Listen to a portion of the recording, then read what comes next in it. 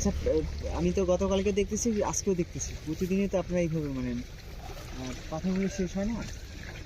এত পাথর আসে কই, এত পাথর আসে কই থেকে? মাটির নিচ থেকে? আমি তো দেখতেছি যে এই যে এইভাবে চাষা দিচ্ছেন। হ্যাঁ, প্রতিদিন এইভাবে দিয়ে প্রতিদিনে বাইরে হয়? প্রতিদিন বাইরে হয়, মানে ওই ক্ষেত্রে 40 ফিট পর্যন্ত পাথর। হ্যাঁ, 40 ফিট পর্যন্ত পাথর চলবো।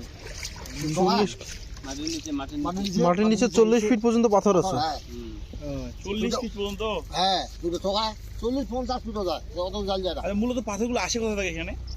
মাটি আছে, এত যে তুলেন প্রতিদিন তো তুলেন। প্রত্যেকদিন তো তাও আছেই না, পাথর তুলতে তুলতে কমতি ফিল হয় না যে কমে গেছে, ধীরে ধীরে কমে যাচ্ছে? কমে যাবে, কমে না? কমে যাবে। ভালো হয় না?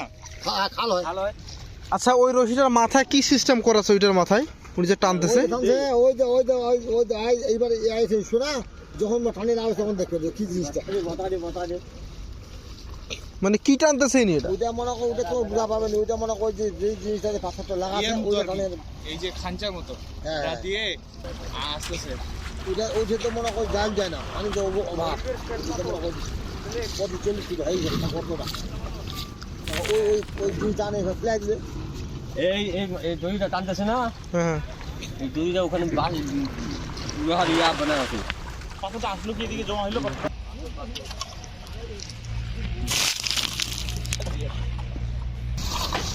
মানে এই জিনিসটা নিচে চলে যাচ্ছে, উঠানে এখানে দিচ্ছেন আপনি, আপনি ভরা এখানে ফিকাচ্ছেন।